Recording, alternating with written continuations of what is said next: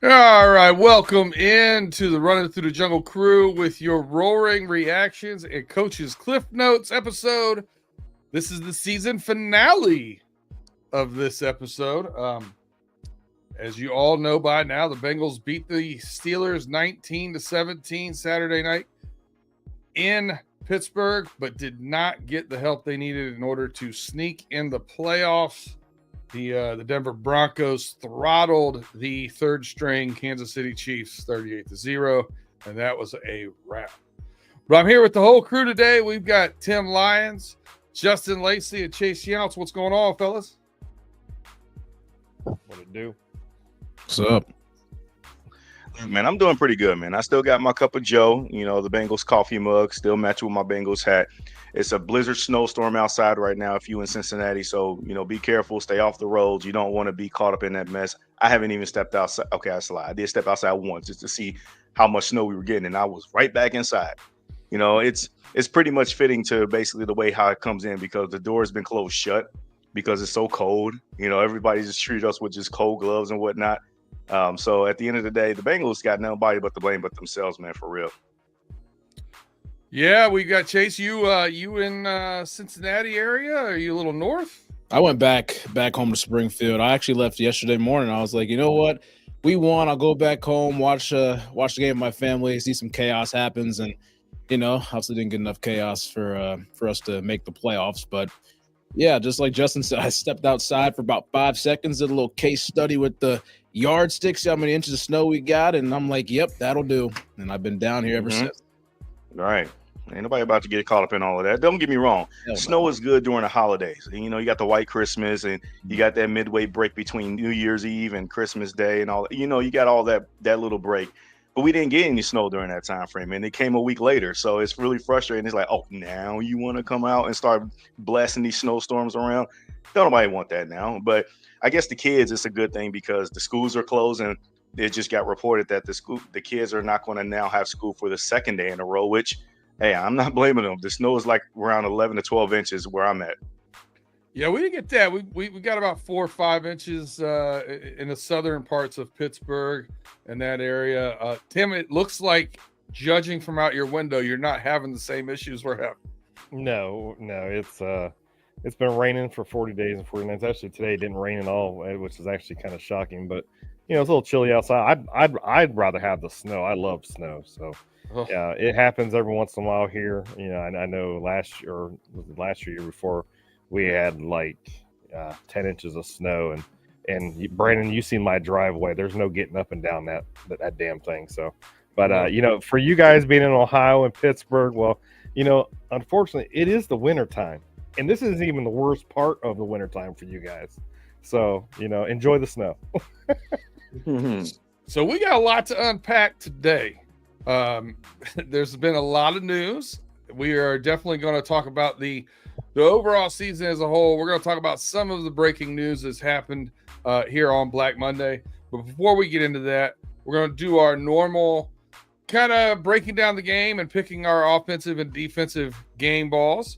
And before we get into that, I see you hit the like, subscribe, rate, review, and share button. So if you've got a second of your time wherever you're getting this podcast, whether it be on Spotify, on Apple, or if you're watching it on YouTube, make sure you go ahead, get that notification button for us, and give us that 5-star review. Much appreciated. All right, Chase, been waiting for a while to hear your comments, man. We're going to start you off first here. Bengals, Steelers, 19-17, a very odd game. It seemed like the way we started, I thought we were just going to run the ball down their throat, throw it all over the yard, so to speak. And then it just kept getting field goals or giving the ball back and forth in between the 20s. So give me your reaction here on what you thought about this game. It was the classic AFC North football game that you'd expect to play against the Pittsburgh Steelers, the type of game that you would think the Steelers would win. And out of how basically the season's gone, the unordinary, the unfortunate, but this time fortunate, we won a game that the Steelers would normally win. It was being that close score 19-17. The offense, they could not get it going on the red zone. This team should have scored 30 points on the Pittsburgh Steelers. There was absolutely no reason why this game was a game in the fourth quarter, but the defense, they stood tall when they needed to. They stood tall the entire game pretty much. And overall, it was a good way to end the regular season. Obviously, we'll have our thoughts and discussions on the entire season as a whole, but it was a good note to go out on to end the regular season with a win in Pittsburgh. You'll always take that when you get the chance. But I thought, just Jamar Chase played again a very good game of football. Unfortunate that T. Higgins got hurt and was unable to finish the game out and everything. Khalil Herbert, if we retain him, I think he could be a decent back for us as a complimentary back with Chase Brown if they gave him some more touches and, gave Chase Brown not a little bit of a breather, but at the same time, keep both of those guys fresh going forward. But, glad that we ended the season on a high note. That's about all I got. I do like the Khalil Herbert. I like him a little bit better than Zach Moss. To me, he's got a little more pop in his step and hit the hole a little bit faster. Still a very odd game. We get the ball, go down, score a touchdown on a first possession to Jamar Chase, and that was it for the touchdowns for the game. I didn't see it going that way the way we started out, but that's the way it went. Justin, what was your take on that and the game overall? This was your prototypical AFC North style football. Now, I already said this during our conversation leading up to the game. This was going to be a game that was going to frustrate the living hell out of you. This was going to be a game that Pittsburgh was going to make some plays defensively. Weird stuff is going to happen, being that it was in Acrisure Stadium. And every time you go against the Steelers, whether it's being at home or away, somehow they carry this dark magic energy about them that it just makes other teams just piss down their leg. We saw that happen a lot in this game too. And I tried my best to sort of minimize my expectations, even though the Bengals, it was great to see them start off really hot. They went 11 of 11. I think Joe Burrow started out 11 or 12 of 12. Should have had 2 touchdowns, but when it was a strip sack fumble that we fortunately recovered and had to settle for a field goal, at some point you just knew that the Steelers defense was going to bowl their necks down and start getting stops. And they adjusted pretty well. It was a game that I felt like it was really nice to see the Bengals win this game. Too many times the deck was stacked against the Cincinnati Bengals. When you're playing in an environment like Pittsburgh, you're on the road, you're in prime time. It just does not bode well for us in that manner. And for the Bengals to finally win that game in the manner of how we won it, Chase already contextualized it as far as like us out-steelering the Steelers. This was a game that Pittsburgh usually wins on 90% of the occasions. The only time that they will lose a game like this is they were going against a team that was more physical than them. I feel like that the Bengals were more physical than them. And yes, I'll even give credit to the defense, even though we'll get into the Lou Anarumo discussions here shortly afterwards. But the defense stood tall in this one. There was a point in the game where the Steelers was ready to go for it on 4th and inches, and then Cam Taylor-Bridges knifes his way in the backfield and pulls a Mike Hilton and then stops him short. And it was like, this is what we've been looking for from this team throughout much of the season. Now, again, it was ugly. It was not pretty by no means, but that's AFC North style football. You have to prove that you can win these grinded out games. You can't always finesse your way for 350 yards and 4 touchdowns and have an explosive day offensively and just think that you're going to be able to get by with that. Because the problem with finesse teams is that when they go against a team that plays smash mouth football, it gets ugly for that finesse squad. And we've seen that happen too many times, and that's why we've lost these games.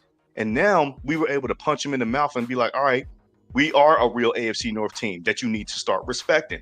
Now, it's unfortunate that didn't yield us into a playoff berth, but it was a great way to sort of finish a frustrating season because we didn't have that feel-good victory up until the Denver Broncos game the previous week.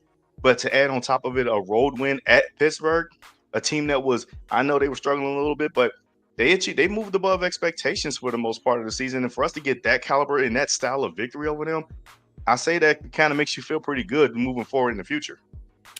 Yeah, and odd it did have that AFC North feel to it. I do agree with you guys, but in an odd way for us because we still threw the ball 46 times, which you normally, don't equate with an AFC North feeling game, at least not a January game in the cold. Tim, your feelings about the game, how it went, and what you saw on Saturday night.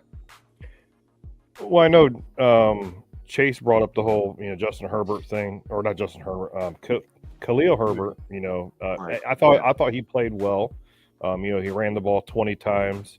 He was I think he had like 6 or 7 receptions, but for only like 15 yards or whatever it was.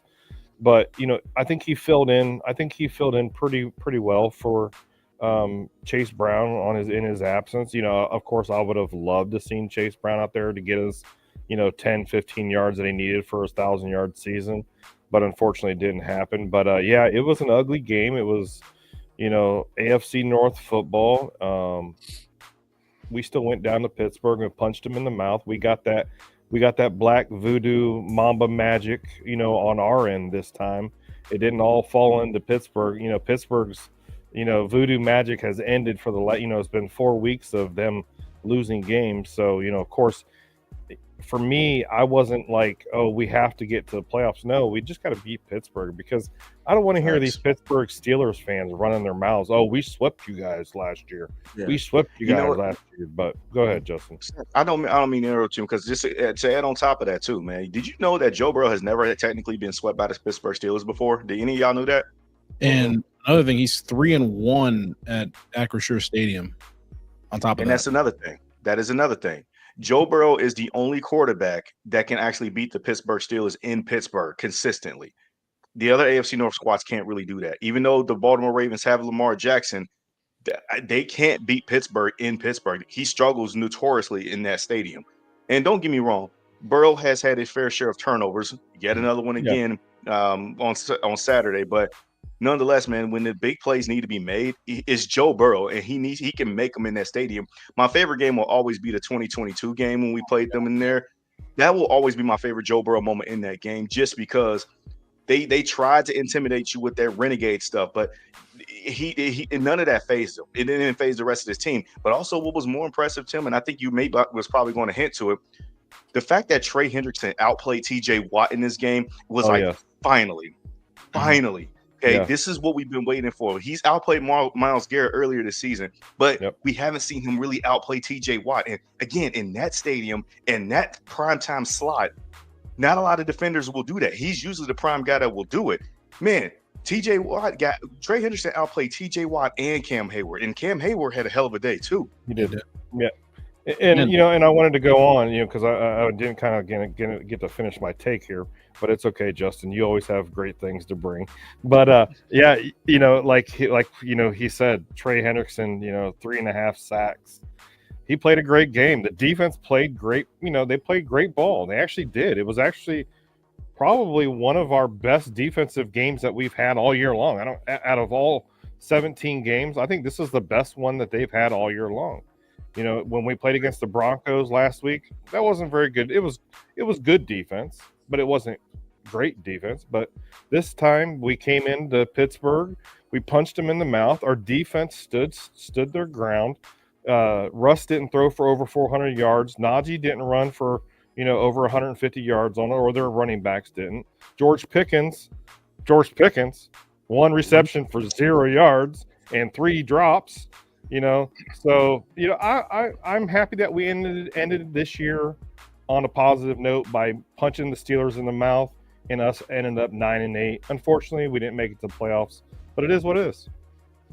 I have to pull the clip from last week from, I think it was on the Homie show, when we were previewing the Steelers Bengals matchup, and Big G asked me about being worried about Pickens, and I said, I'm more worried about stopping the run and Freiermuth, because I feel like George Pickens, 50-50 chance he stops himself. Thank you. And that's exactly what he did. He imploded. Yeah. And I mentioned that. Didn't I not mention that last week on our show, the Run in the Jungle show, when we were talking about there's some concerns there, but the opportunity for our defense in that aspect when it came to George Pickens, chances are he reminds me a lot like Chad Johnson in terms of his style of play. But one of the negative downsides about Chad was his attitude, and sometimes it would knock himself out of the game instead of the team, the opponent knocking him out. And that was a lot like George Pickens, man. It's just, he was one of those guys where it just blatantly just quit on certain routes, So, I'm glad you said that. If I may, real quick, if I may. So that was the first one we had in Pittsburgh since 1995 in primetime on the road. I think that was a Thursday night football game on TNT of all things. Jeff Blake throwing 3 touchdowns. And before we get into the weeds of, what all went wrong and Lou Anarumo and all this other stuff, the Bengals played 6 night games this year. The first night game of the season was a home Monday night football game against the Commanders. And the last 5 primetime games were all road primetime games. No team has ever had to face that in the history of the National Football League. And the Bengals went 3-2 in road primetime games. I never thought we'd see a day where the Bengals would win multiple road primetime games, let alone one road primetime game. And they won 3 of them. It's a good call out. So that's a positive I want to take away from winning primetime games and, doing the necessary things to do to win those games in tight situations at night. Just wish we did that enough more during the day. Right. And then we'd be playing next week. Now, and I'm sorry, Brandy. And it's not like the Bengals were outplayed in primetime, even though they were on the road. No. In their losses. Yeah, they lost by I think it was a combined, 5 plus the 1 plus 7. They lost the minus 13. All one possession game. Yeah. All one possession games. All one possession game.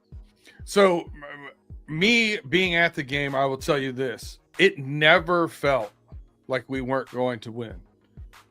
Mm-hmm. An odd feeling sometimes in Pittsburgh, especially when the game is close. Yeah. But it just never felt like it was it just felt like we were going to win. And I'm not talking about I felt that way. I'm just telling you the vibe in the building felt that way. Mm-hmm. It was an eerie thing. Right now I listen to local radio when I know there's going to be some implosion. I'm not going to lie. A little bit of a troll thing here with the Steelers. It's kind of fun. Man, they are going nuts. They're going nuts. Good. I bet, man. Time for change. Tomlin doesn't win. They're. I'm like, dude, you won 10 games and you want to burn the whole thing down. Like, this is a little drastic. Yeah. Question for you, Brandon, since you were actually at the game. Did it felt like that the fans were starting to truly come alive and believe that they were going to win this game, come back and win in the fourth quarter hit? They had put together a few drives, scored 10 unanswered points. And then when they got the ball back last, did you feel like that they were going to kick that game-winning field goal? It felt like doomsday. It felt like something was good. It felt like they were waiting on something bad to happen. Oh, that's very interesting because watching it from home, hearing that the stadiums was really loud and ruckus. And like I said, you heard the renegade play when the Steelers was trying to force a 3 and out on the Bengals. They did, and they got the ball back for their offense.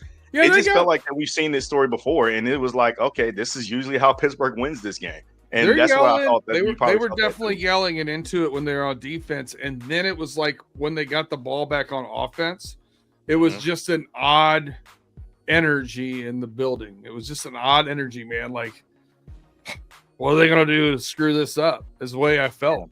Wow. It's weird. Unusual. And another question for you guys, because Pittsburgh's taking a lot of heat regarding the play calling. Did you guys feel like, especially that last drive where they ultimately got stopped and lost the game, did you guys feel like for once during this whole entire game that Zach Taylor finally feel like he outcoached Mike Tomlin? I don't personally think so, because if that was the case, we would have scored 30 points. Yeah, I think it was more of a bailout again. Yeah. I think Trey Hendrickson kind of what it's been the entire season. Just been kind of a bailout. Between Trey Hendrickson and their drop passes. Yeah. Freiermuth and Pickens both. Mm-hmm. If we would have went into Pittsburgh and scored 35 points on them and them only scored 16, then that would have been a complimentary Zach Taylor coached the hell out of that team. And, the players, I'm not going to say, him coaching, but the players also stepped up. But other than that, since it was a 19-16 game or whatever the hell it was, 17 was it 1917 or 1916? 1917. It was a 2.5 point. It was a 2.5 point line. It's my old age. And there were two touchdowns that was dropped too in that game. Like Jamar dropped a wide open touchdown, and Burrow missed a throw in the middle to Gesicki when he threw it slightly behind him. That would have resulted in a touchdown to ice it right there too. So I kind of interception. That interception that was just so weird. It was a weird play. It was a weird play of how it was picked. Like I come away from thinking about like the Zach Taylor thing. Look, I will criticize Zach like tooth and nail all the way to do it. He's still the worst head coach in the division, all that. But I finally felt like that he actually kind of outcoached Mike Tomlin based off of this sense. Yes, we want to, neutralize this Bengals team as an offensive juggernaut, which they've been through most of the season. But like when the offense starts spinning its tires, you need your coaching to step up a little bit. And there was one part during that game where the Steelers they got a penalty. Okay. And then it was either going to be a 4th and 15. And then they decided they were going to be in field goal range, or they declined it and it was going to move them out of field goal range.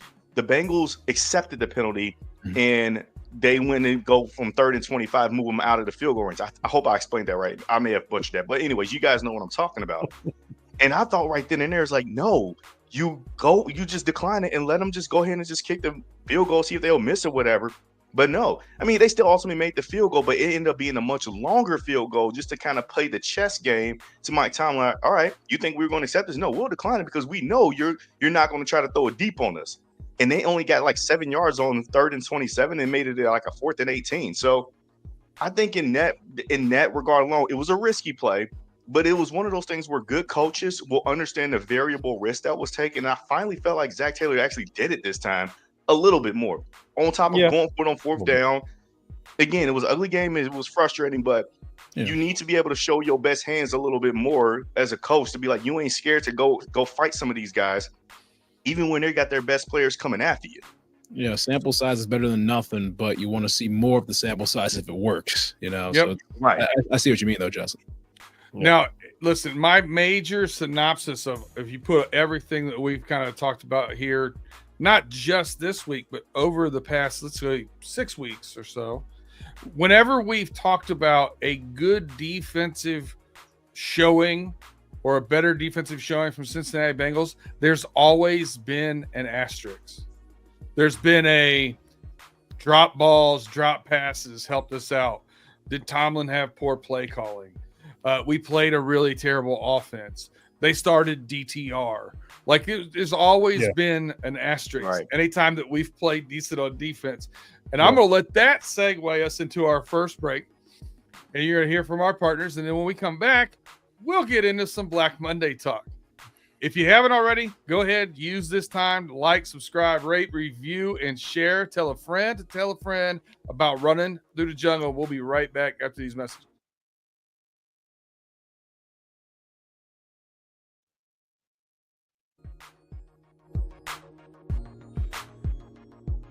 All right, welcome back to the Roaring Reactions and Coaches Cliff Notes season-ending edition. We've given you the breakdown on this Steelers-Bengals game.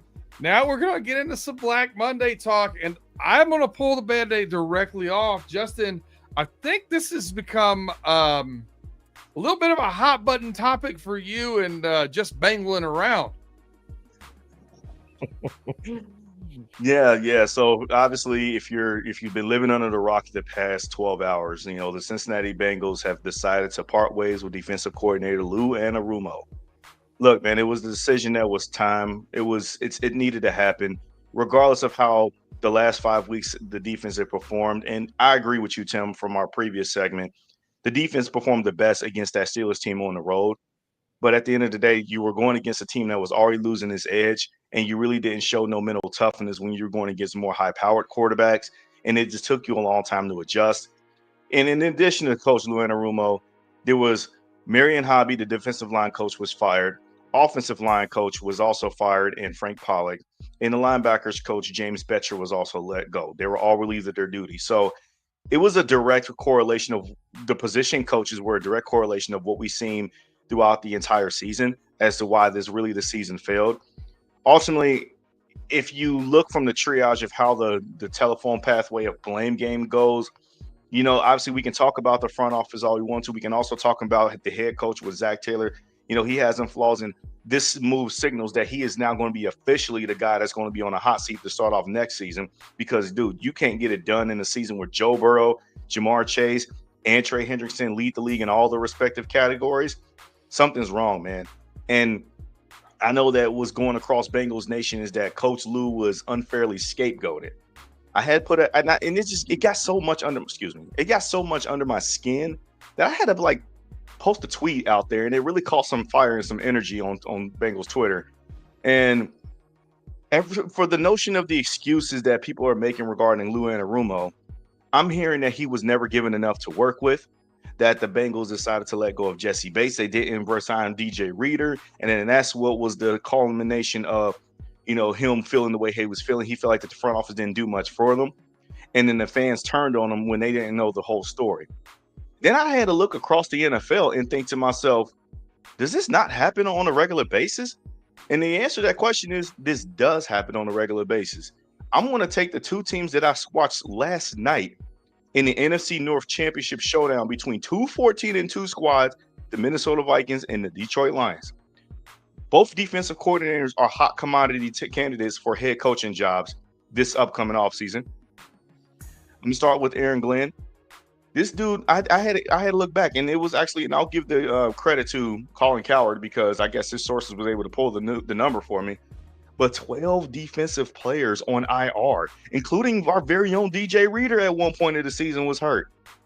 Aiden Hutchinson, who was a runaway candidate, like front runner for Defensive Player of the Year. I was going to say 12 because year. 2 of them just came back. It was 14. Right. Right. Right. So 14 technically. So 12 of those guys missing. They basically lost their entire starter defense plus 2 bench guys. And yet they're still finding a way to get after the passer on a regular basis and still dominate. I'm watching the Minnesota Vikings trade away Danielle Hunter, who led the league in sacks. Well, one of the league leaders in sacks last year. They traded him to Houston, and people thought that, oh, what the hell are they doing, bro? They're going to be rebuilding. They just only got Ivan Pace Jr. and a washed-up Harrison Smith. That's what I heard. And yet, look what they're doing. Now, all of a sudden, Byron Murphy's making a Pro Bowl over there. And they're manufacturing all different types of coverage packages and pass rush. It tells me that Brian Flores just knows exactly what to do to get the best out of his guys. And he didn't have world beaters. So why on earth are we still making excuses about Jesse Bates, knowing that was now 2 years ago, and DJ Reader when, let's see if my memory serves me correctly, the run defense was still bad last year, even with him on the field. So it was really frustrating hearing that. Those excuses kind of trickle down, and you got a lot of those Lou apologists that's on social media that wanted just to give their takes and be blasphemous, like, oh, he was scapegoated and all this and that and the other. But then you got a fair amount of the Bengals social media or just the Bengals fan base that really understand that, okay, somebody had to go. And I'm glad that the move was made now to set them up for the long-term future plans. Like, look, like I said, if Zach Taylor don't get it done going into next year, now that this change has been made and others, now we can look squarely at you. Yeah, I dig it. And first of all, I want to say this. I'm not one of those guys, and I don't like guys that root for other people to like fail or get fired or whatever. Lou Anarumo seems like a great guy. You know what I mean? Like those guys, like they have families at home. Best wishes to them. Lou Anarumo is going to be hired very quickly, I'm sure, somewhere. These guys will probably all in on their feet with other teams. But it has to be fit, and you have to analyze, and we talked about this the past couple of weeks. You have to analyze everything, every position category, and how things are going, and what needs to change in order for those groups to be successful. And what I like about this is when you look at who they are replacing, D coordinator, D-line, linebacker, offensive line. Mm-hmm. Are those the 3 position groups that we've talked about ad nauseum all year? Yep. Crazy. You know what I mean? Crazy bad. Tim, what's your thoughts on Black Monday? Yeah, so I wasn't surprised this morning when I woke up and I saw Lou was fired. I wasn't surprised about it. I wasn't surprised to see that our offensive line coach or defensive line coach and our linebacker coach were all fired. I'm not surprised. You know, when our defensive line, when we have one guy on the defensive line that is making, making a defensive player of the year conversation, and nobody else on that defensive line is doing anything, there's a problem. Then when Joe Burrow's getting sacked 6 or 7 times in one game, there's a problem with the offensive line as well. I've said it. I've been saying it. The interior offensive line has been an issue all year long. It's been an issue. You know, we have an aging center and an aging right guard and a left guard that should have been gone 2 years ago. That interior offensive line, it hasn't improved. It's been fact over the years we cannot develop offensive linemen. Our development for offensive linemen have been crap. Look at Carmen Jackson, look at Billy Price, look at all these guys that have came through Cincinnati. It's a revolving door, so it's time for change. Defensive line, the linebacker position, I think Pratt's a little bit slower, but also we have to develop and develop those guys. There's no development in those 3 main positions, and then with the whole defense, yeah, we can beat bad teams, but we could also lose against bad teams. We did it all year long. There ain't no reason why we should have ended this year 9-8. I was calling for lose head back at week 7, 6, 8. I don't know what the hell it was, but he really should have been fired after the first Steelers game, if we're being honest. Yeah, well, he should have been gone. But the thing is it's Cincinnati football. They're gonna let things. I wouldn't have been surprised if they didn't even fire Lou this year. Let's give it another year. No, he's been with us for 6 years, 7 years now. So it was time for him to go. And unfortunately, and like Brandon said, I'm not rooting for the guy to be fired.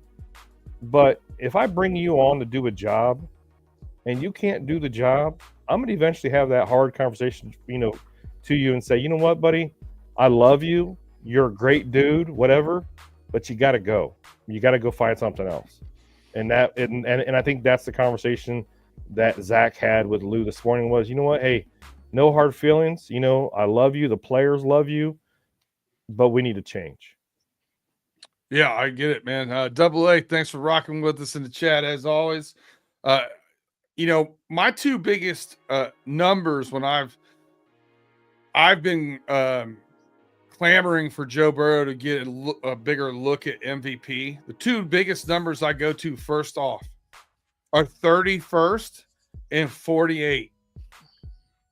The 31st in the NFL on pass blocker win rate on offensive line, and we've got 48 sacks of Joe Burrow, and he still did what he's doing. Chase, give us your thoughts on Black Monday, man. My first thought on Black Monday is, Justin, within the next 10 to 15 days, we're gonna have to meet up, get a beer, and just completely debrief this entire season over some wings or something like that during the divisional round of the playoff. That's the first thing, all right? Because that would be a conversation that goes on for hours and hours. Now, it is so. I've had a hard time trying to process my thoughts with what's happened this season, but sticking with the Lou Anarumo thing, I mean, again, change was needed. It was drastically needed. When you look at what the Bengals have done, at a certain point when we'd scored 25 points or more, and your record is 1-7 in those games or whatever it was. It was, obviously very low win percentage. You got to look the other side. Okay, we're scoring 25 points or more, but we're losing. What's the problem? We're giving up more than what we score. So who is that on? Pretty simple. The defense. Again, you could talk about some of the lack thereof talent on the defensive side of the ball, but at the same time, it's those guys were not able to make plays, especially in the big moments. And some of the schemes that Lou was rolling with just weren't working. You could just watch that Bengals defense, and you could tell that the toughness was just not there as to a Mike Zimmer defense back in 2013, 14, or whatever it was, in 10 years ago. There was just not that toughness that defense had at all. Yeah, they did better in the last 5 games of the season. We played, again, we have a bunch of caveats and asterisks of, playing against teams that didn't have the best offenses or whatever, but it was just time for a change. And again, it's funny how, we fire Pollock, which that was needed. That needed to happen about 3 years ago. It did, because nothing's improved since then. With that interior offensive line, like Tim mentioned, it's older. Just stuff is not developing. They need to, give a guy like Matt Lee a chance to get in there at guard or whatever. There's a lot of stuff that we could talk about on that front, but I'll just say, like, this was the right move to fire those people. But it's one thing to fire them. You have to get the right people in this organization. They have to have immediate impact, because one guy out there on the market, and there's a couple people I would like as a defensive coordinator, but one guy who can make an immediate impact if he comes in as defensive coordinator is Robert Saleh. I'm just saying. Okay, like there's other people, and that may not be everyone's first pick, but I mean, you've seen the talent that he had over there with Nick Bosa and everything else. There's a guy named Trey Hendrickson that's on this roster at the moment. Who knows what could happen?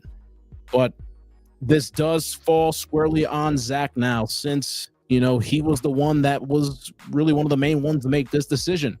The seat's going to get hotter, as it should. There is absolutely no reason why you have the leading passer, receiver, sack leader. You go 9-8 and miss the playoffs for the second year in a row. Well, we tried. That wasn't good enough. It wasn't. There's no damn reason why you should start your season off 0-2, 5 of 6 years. The one year you started off 1-1, you went to the Super Bowl. Starting the season off and being prepared and winning a football game, it can change the entire trajectory of your season. Joe Burrow, when asked about that too the other day, said that he felt like he was ready this year. Like he goes, I started off playing well. He said, I felt good. I was playing well. He goes, we just didn't start off good. Not at all. And it goes when we played, the Patriots defense, they looked afraid. They looked afraid in week 1. They didn't try to take any shots. They didn't try to dial anything up. It's not like, again, they had the new offensive coordinator and Dan Pitcher and everything else, but still Zach calling plays. That was still Zach calling plays. You saw in the Ravens game, one of the tougher defenses in the National Football League.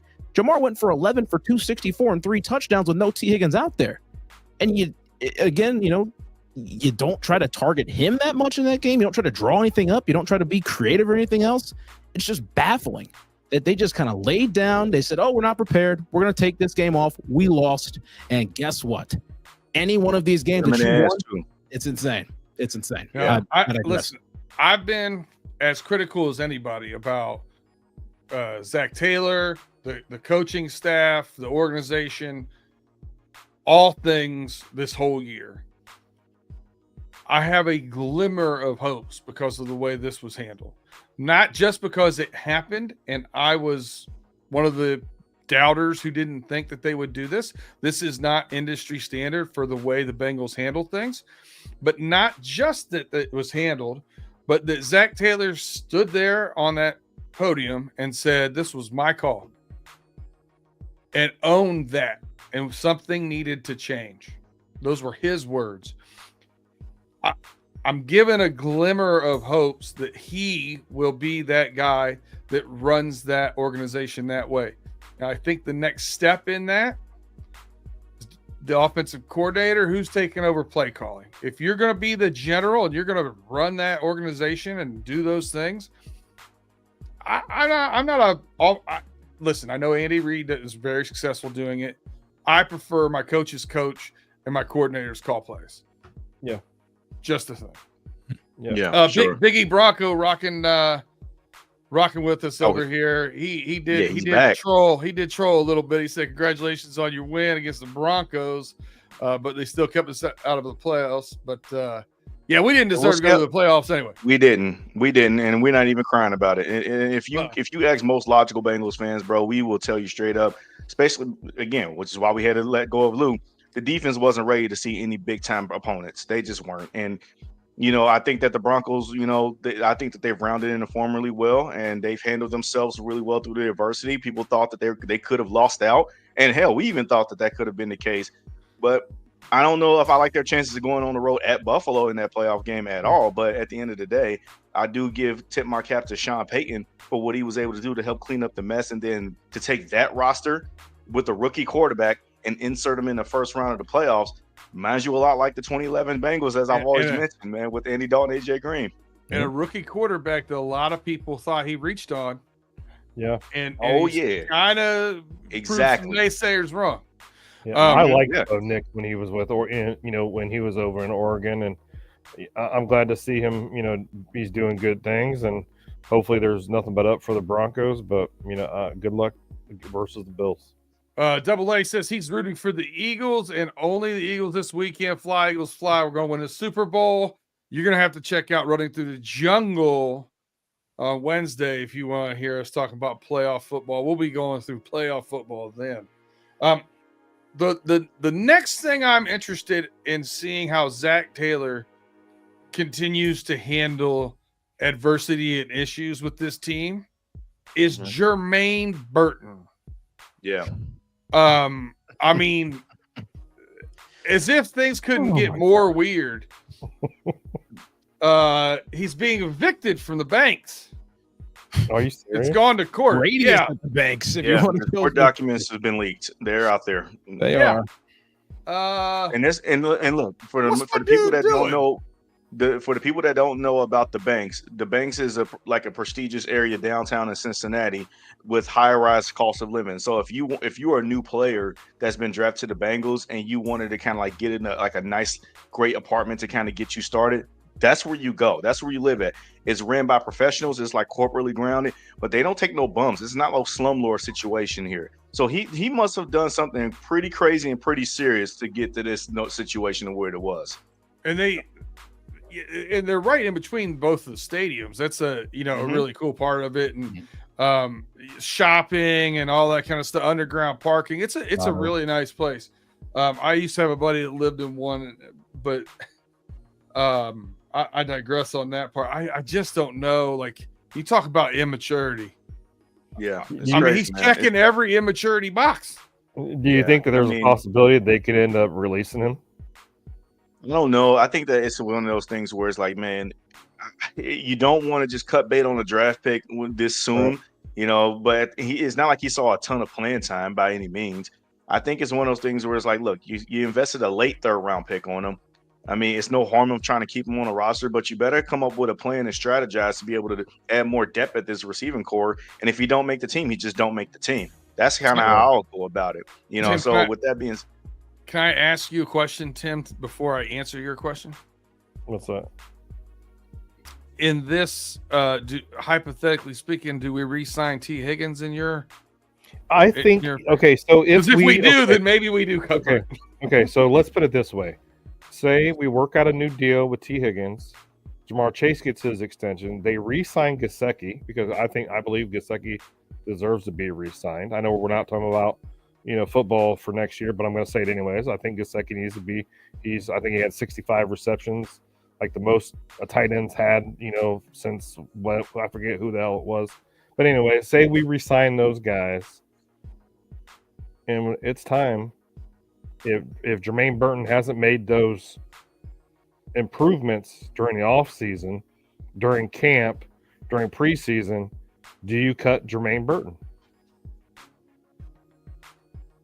I would say yes. He got to earn his way. He still got to earn his way on the field by the end of the day. I mean, because at the end of the day, if this story keeps happening, but what I'm saying is if he does not improve and this story keeps happening, do we just let this kid think that he's still in college? Missing practices, oversleeping, sleeping during walkthroughs and all kinds of stuff. Do we let this keep happening, or do they release him? Good question. I wouldn't be mad at it if we check all those other boxes. Though it's a big ifs. Before we get into this quick analysis, I want to take one more quick break, hear from our sponsors, let you have a moment to go ahead, like, subscribe, rate, review, and share us out there. Please hit that share button and tell a friend to tell a friend about us. We'll be right back after messages from our sponsors.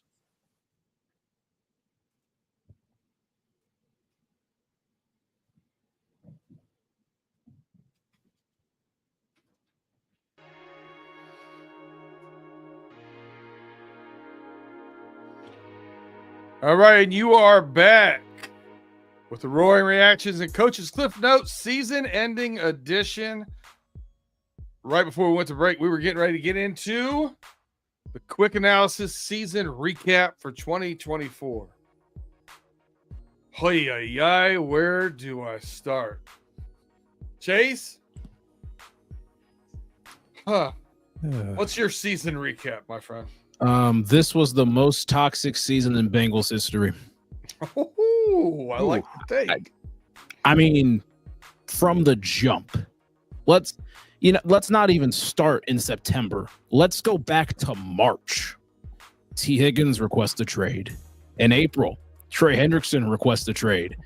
Then we start to see stuff about, Jamar Chase was sitting out for the contract, and they should have paid him at the time, considering the fact that Devonta Smith got paid, and Amon-Ra St. Brown got paid, and Jalen Waddle got paid, and everything else. And then you have, people from the outside are like, oh, Jamar's, he needs to be paid. Or some people are like, oh, he's selfish and blah, blah, blah, and all that stuff. So there's a lot of clamor that was going on. Burrow coming off the wrist injury. There was so much stuff in the offseason. And then it's like, okay, Jamar's about to play. Then T gets hurt right before the season opener. And, the orange out the jungle, everything else. Burrow's back. Let's, all systems go. We were ready for week one. We thought, all the fans thought. And then you go out there and you lay a dud. And it left everybody in the city of Cincinnati and beyond befuddled. And, but it was just the most toxic season out there, because you go on ahead and you lose some of those very close games. And then, you beat the bad teams, except for the one bad team, the Patriots. I want to look at this real quick. So I saw a screenshot earlier. Bengals losses versus Bengals wins. So the teams that the Bengals won against this year, Panthers had 5 wins, Giants had 3 wins, Browns had 3 wins. We beat them twice. Raiders had 4 wins, Cowboys had 7 wins, Titans had 3 wins. The Broncos and Steelers both had 10 wins. The teams we lost to, the Patriots had 4 wins. The Chiefs had 15 wins. The Commanders had 12 wins. The Ravens had 12 wins. The Eagles had 14 wins. We lost to the Ravens twice, by the way. The Chargers had 11 wins, and the Steelers had 10 wins. And we finished 9-8, right in the middle ground, because you beat the bad teams except one, and then you lost all the good teams except 2. So it all balanced out in that way. But it goes to the standpoint of, when you can't start off your season, I'm not even saying to start off 2-0 or 3-0. Just start off 1-1. Get a win under your belt in the first week or so. Don't keep relying on, other factors to play your way. It's tough to really piece together, because, coaching in late game situations wasn't great, but I also got to give it to this. There were some plays where Joe Burrow in late game situations, he might have had a turnover or 2, and it might have cost us. Some guys having drops, it kind of cost us. Defensive players having breakdowns in coverage and having penalties, it cost us. Decision making from the coaches, it cost us. This is one of those one-off seasons that you've never seen happen before in the National Football League. This kind of reminds me of an even more talented version of the 2010 Chargers, without having the best defense in football. They had the best offense, best defense, and the worst special teams in the game. The Bengals had one of the best offenses, one of the worst defenses, one of the worst special teams in all of football. And they somehow won 9 games. It's a travesty that if the Bengals would have made the playoffs and won a couple more of these games, you could be talking about MVP Joe Burrow, possibly Offensive Player of the Year Jamar Chase, and Defensive Player of the Year Trey Hendrickson, all being on the same team. But guess what? Because you couldn't make plays in the last portion of the game, multiple people stepping up to not be able to do that.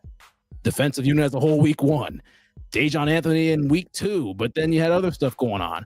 Evan McPherson. Oh my, we need to have a conversation about Evan McPherson in the offseason, because you win that Chargers game, you're the 5 seed right now, let alone anything crazy. You're the 5 seed, but he missed 2 kicks in the last 7 minutes, and that's when I think the season felt like it was over. That's all I'll say. But chaos, toxic, turmoil, all that stuff, the most toxic season in Bengals history, and I will never, ever, ever forgive them for this season whatsoever, and it will haunt me for the rest of my life. Chase, you're right. I'm in a toxic relationship with the Cincinnati Bengals, but the sex is so good.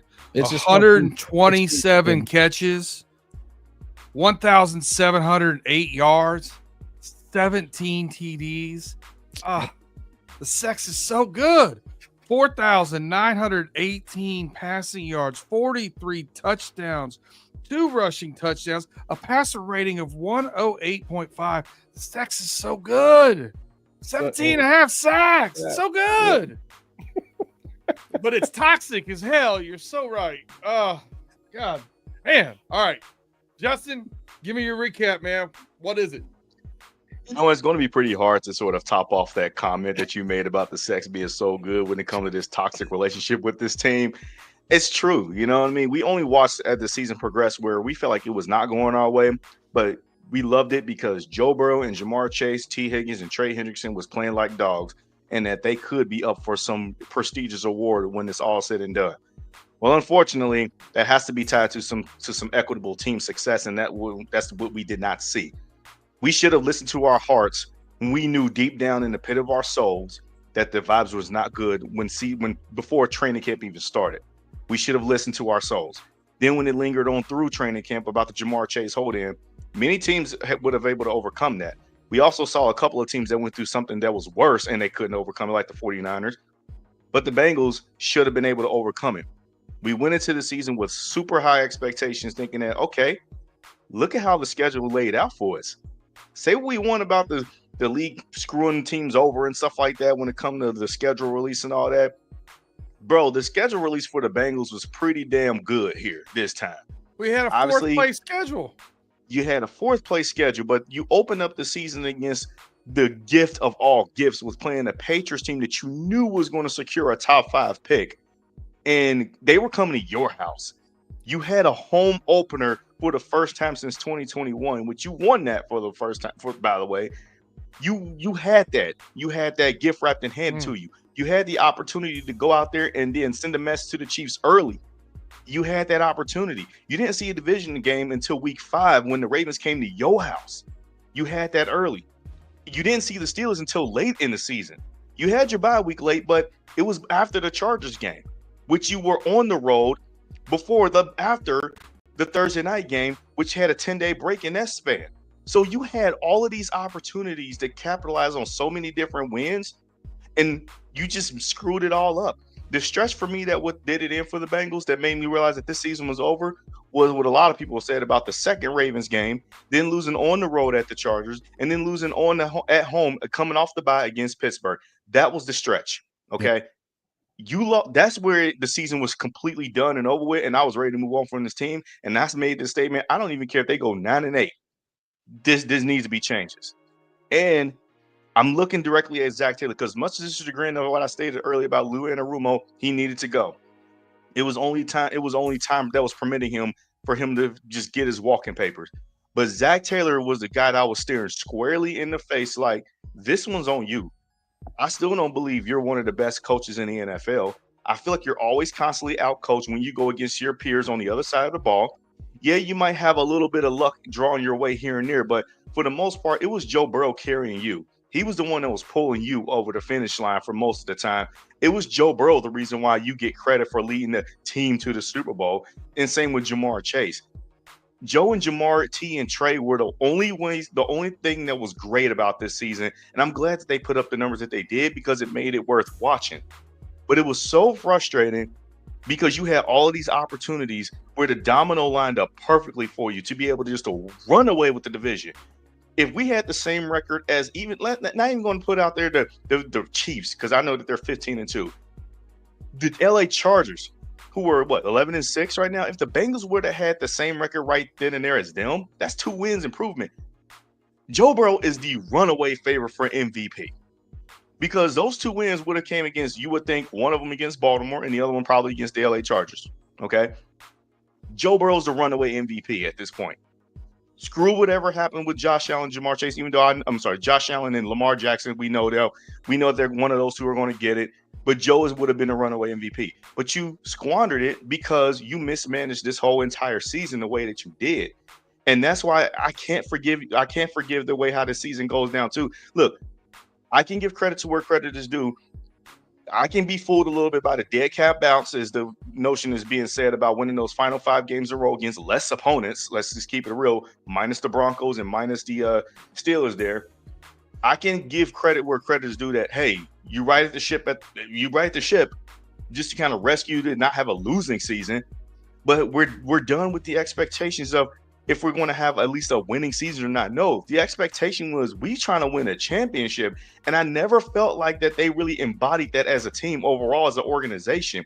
Yeah, they sent out banners and messages like, hey, we're trying to, we heard that the transcripts and Zach Taylor's press conference, we were trying to live a standard. We're trying to make sure that we go about things the right way, so we can play some championship football in January. Okay, yeah, we know you can say that, but are you actually living it? And it tells me that he was not for real. And it tells me that the team was really not in it to win it at this point in time. And I think that that's why you got to cut bait with a lot of this stuff. And like I said, and I'll wrap this up with my final caption, my final quote, just exactly what I said about Lou Anarumo. Now that Lou Anarumo's gone, and now that several position coaches are gone, now the onus is on you, Zach. The seat should be boiling hot when the season starts because you absolutely have no excuse at this point. I don't care. Yes, the schedule will get tough when you go into next season in 2025, but there's no excuse anymore. It's just it. It's the NFL. They're all hard games to win. Yeah. Before I let Tim give his recap, I want to address this. Biggie Bronco said a little bit ago, you should be used to the Bengals organization is not wanting to pay people to the last second and then they leave, and that's what you guys are good for 2 or 3 years. And then he goes on and says that we're surprised they paid the quarterback. Big E, we have $3 million less on our payroll than the Broncos do, but 45 of that is in dead cap money because you're paying it to Russell Wilson. So yeah, I really think we're spending about $44 million more on our team on the field. Yeah, bro, you feeling yourself because your team got into the playoffs, but you know what? Leave the offseason, the contract stuff talk out of it, because the Bengals do pay people, whether people want to believe that or not. The Bengals do pay their guys. Now they've mismanaged the situation with Jamar Chase and T. Higgins. They have, and obviously we know about Jesse Bates, but they've definitely mismanaged it. We're not sitting here giving the excuse or letting the dust net on the rug. We know that they've chipped the bed on that. I get that we have, but they've been what have we been saying about T the whole time? His availability. Where did he finish the season at? And also, too, it's like the defense, they've invested a lot of resources on the defensive side of the ball, man. They've given Lou Anarumo a lot of stuff, whether people want to believe it or not. Again, I get the name recognition. Defense has the 4th highest payroll in the NFL. Imagine how much that would have been if DJ Reader and Jesse Bates would have stayed here. It would have been, you would probably be at the point where you were getting close to being over the cap. And if they're producing like this, come on now. And I love those guys, but at the end of the day, the decisions to move on from these coaches was the right decision for the time being. But the Bengals do pay their guys. And, you know what I mean? Like, don't let it get twisted, man. It's just one of those things where it's like, look, right, if you understand the ins and outs of the Bengals organization by being a fan and reading through the tea leaves and all that, you will know that that's not really necessarily true, even though the persona is the Bengals are cheap, but whatever. And I apologize for swerving on that. Biggie Bronco said he was getting out of here. I wanted to address it before he did. I do want to say this, Brandon, with some of the stuff with, like, obviously people have their own opinions and everything else, but what do you get from, like, trying to put people down about their team and everything else? Like, just in my opinion, just kind of like mind your damn business if you want, I mean, you can have your opinion on your team, but like if you're just in here to just rile people up and everything else, and I don't disagree with everything. I think Nick Bonito has a hell of an argument for the defensive player of the year. And I'm not talking about Biggie Bronco. I'm just talking about, like, there's other people in general. You know what I mean, though. You know what I mean. All right, Tim, your recap. Give me the overall synopsis of the 2024 Bengals season. So I have always called my relationship with the Cincinnati Bengals kind of like a battered husband. Okay, 1 minute she loves me, 1 minute she's beating me. But that's how I felt with the Cincinnati Bengals this year. It just, we were getting beat, and then we come back and we win. Oh, they love us again, and then of course you guys touched the off season shenanigans, And if you say shenanigans one more time, Chase, I'm going to beat you with my Did I say Pistol whip, shenanigans of any pistol time? whip you is what he said. Oh gosh.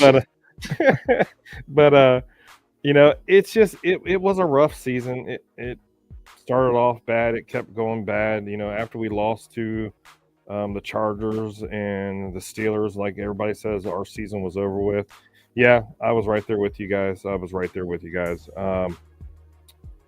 But in the end, there was that, you know, that little shining little glimmer of hope floating against my screen of maybe we'll make the playoffs. Maybe if we make the playoffs, Joe Burrow will win MVP and Jamar Chase will be Offensive Player of the Year, like we all predicted in the very beginning of the season. If you guys remember, we said Joe Burrow was going to win MVP and Jamar Chase was going to be Offensive Player of the Year. We said that. Remember?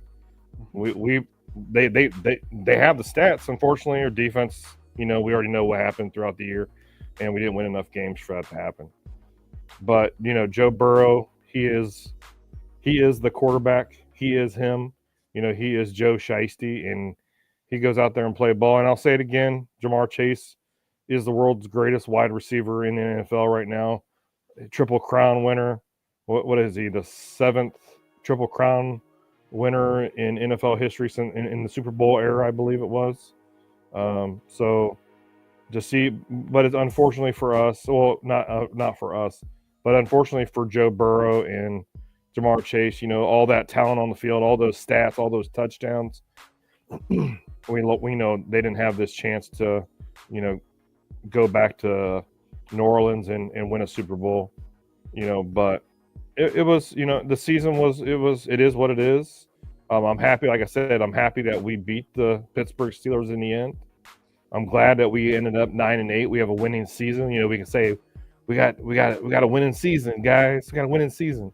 So, you know, it seems to be the norm for the Pittsburgh Steelers that, you know, Tomlin's got 17, 18 winning seasons. Well, the Bengals got a winning seasons, guys. But yeah, but other than that, you know, I appreciate you guys. You know, I just want to say one more thing is this whole running through the jungle experience. It's been a great 18 weeks for all of us.